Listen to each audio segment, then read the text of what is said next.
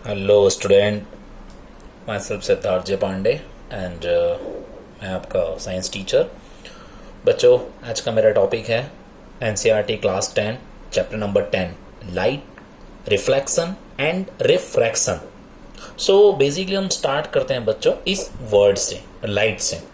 पहले इस वर्ड को समझते हैं, ये वर्ड क्या कहना चाह रहा है। Now second, reflection and refraction. तो बच्चों दोनों में डिफरेंस क्या होता है और दोनों किस तरह से लाइट से को रिलेटेड हैं, दैट मीन्स किस तरह से वो एक बॉन्डिंग बना के रखे हुए हैं। तो बच्चों हम स्टार्ट करते हैं light. So light is a form of energy that enable us to see. अब लाइट एक वन टाइप ऑफ एक एनर्जी का ऐसा फॉर्म है, एक ऐसा फॉर्म है कि जैसे हम कहते हैं ना सोलर एनर्जी, जो भी हमारे पास एनर्जी होती है, पोटेंशियल एनर्जी, काइनेटिक एनर्जी, तो लाइट भी एक ऐसा एनर्जी सोर्स है कि जिसकी वजह से हम किसी ऑब्जेक्ट को इजीली देखते हैं, इजीली देख पाते हैं। तो सिंपल लाइट की डेफिनेशन क्या होती है कि it is a one type of form of energy that enable us to see. That means जो हमें देखने में मदद रूप कर रही है। Now an object reflect the light rays that fall on it. अब आपको क्या दिया बच्चों इसके आगे, an object reflect the light. अब वो ऑब्जेक्ट की वजह से वो लाइट रिफ्लेक्ट हो रही है। सपोज अगर आपके पास कोई भी ऑब्जेक्ट रखा हुआ है, लाइट है, लाइट उस ऑब्जेक्ट के पास आ रही है, रिफ्लेक्ट होने के बाद आपको दिख रही है, ठीक है। तो रिफ्लेक्ट होने के बाद an object reflect the light rays that fall on it.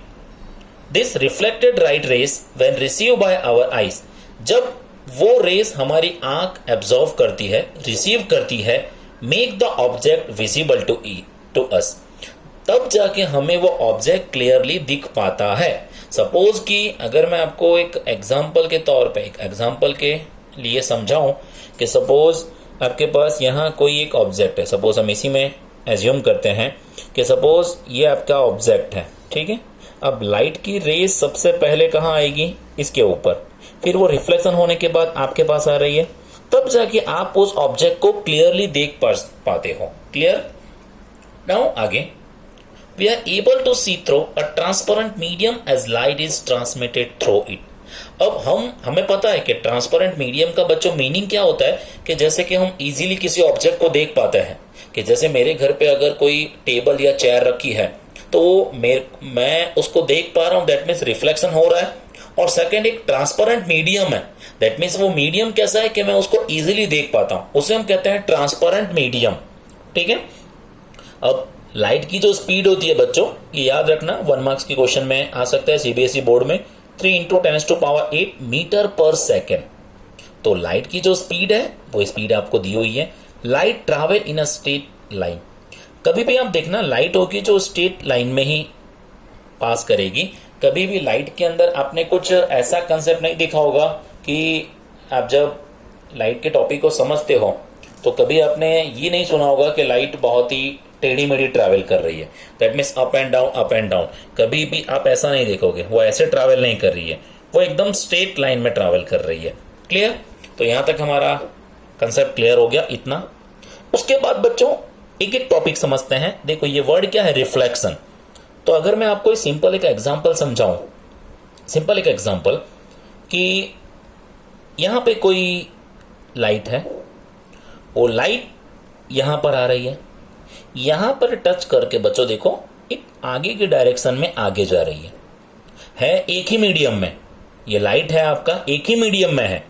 अगर यहां पे कोई मीडियम अलग है, यहां कोई अलग है, तो ये एक ही मीडियम में है। सपोज एज्यूम करते हैं हम ये एयर का मीडियम है।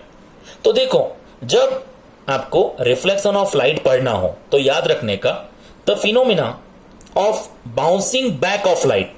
ये लाइट यहां से यहां पे आई और फिर बाउंसिंग बैक गई, bouncing back of light rays in the same medium. याद रखना, ये लाइट आपकी यहां से आई और सेम मीडियम में बाउंस हुई, मीन्स वापस गई, बैक की डायरेक्शन में गई। On medium on strike a smooth surface is called reflection of light. एक सरफेस पे वो टकरा कर, स्ट्राइक कर कर, आप देख सकते हो पहले एक रेस यहां पर आई, उस सरफेस पे स्ट्राइक आई, स्ट्राइक टकराई और वापस से हम कह सकते हैं कि वो बाउंसिंग बैक मीन्स एक डायरेक्शन में, पर मीडियम कैसा है, सेम है, तो वो बच्चों सेम मीडियम में आपकी आगे जा रही है, तो उसे हम क्या कहते हैं बच्चों, रिफ्लेक्शन ऑफ लाइट।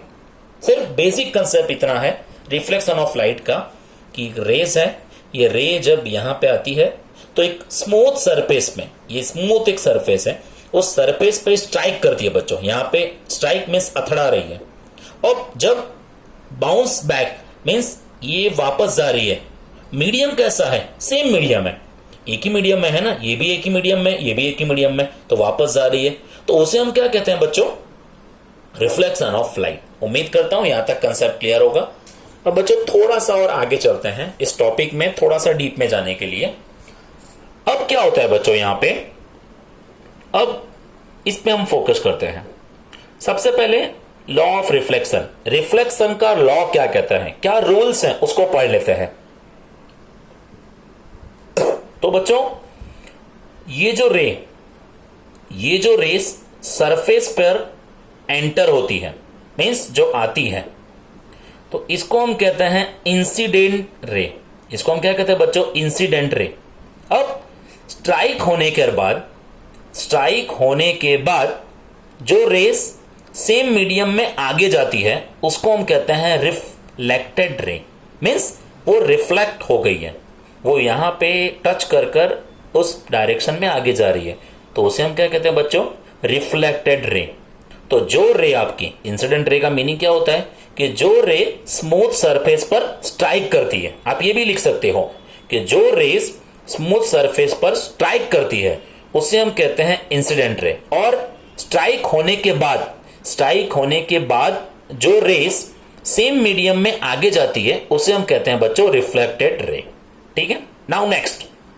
अब बच्चों हम ऐसा समझते हैं कि इंसिडेंट रे और रिफ्लेक्टेड रे, इन दोनों को अलग करती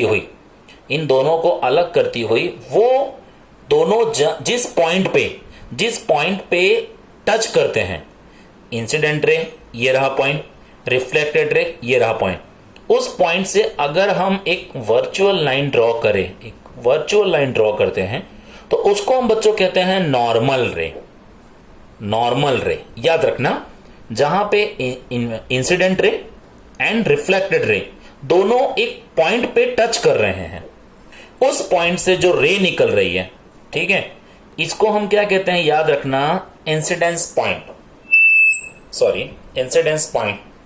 अब ये आपका है पॉइंट ऑफ इंसिडेंस, तो बच्चों पॉइंट ऑफ इंसिडेंस से जो रे निकलती है उसको हम कहते हैं नॉर्मल रे। ठीक है, यहां तक। नाउ नेक्स्ट, अब इनका रूल्स क्या है, लॉ क्या कहता है। सो एंड बेसिकली फिजिक्स में बहुत सारे कंसेप्ट लॉ पे डिपेंडेड हैं। सो एंगल ऑफ इंसिडेंस, अब देखो बच्चों, एंगल ऑफ इंसिडेंस, ये इंसिडेंट रे है, ये पॉइंट ऑफ इंसिडेंस है, तो ये जो एंगल बनेगा ये एंगल कौन सा होगा, angle of incidence. Angle of incidence आया मींस इसको आई से शो करते हैं, ठीक है, I, angle of incidence. Now this portion is called angle of reflection because R for reflection, तो ये आपको एंगल ऑफ रिफ्लेक्शन मिला। अब ये दोनों एंगल सेम है, तो फर्स्ट पॉइंट बच्चों क्या मिलता है, angle of incidence is always equal to the angle of reflection, that means angle I is equal to angle R। ठीक है, I means incidence, R means reflected। clear, this is our first point। now second, so in second point अब देखो smooth surface है, incidence रे यहां पे आई, normal रे यहां पे है, रिफ्लेक्टेड रे यहां से निकल रही है, तो ये जो तीनों रे है ये एक ही सरफेस पे प्रेजेंट है, एक ही सरफेस से निकल रही हैं, तो आप लिख सकते हो the incident ray, reflected ray and the normal at the point of incidence. देखो एक ही पॉइंट से निकल रहे हैं, पॉइंट ऑफ इंसिडेंस, इस पॉइंट को कहते हैं बच्चों point of incidence. Point of incidence all lie in a same plane, all lie, सभी के सभी एक सेम प्लेन पर हैं। आप देख सकते हो एक ही पॉइंट से निकल रहे हैं, मतलब सभी के सभी एक सेम प्लेन पर हैं, ठीक है।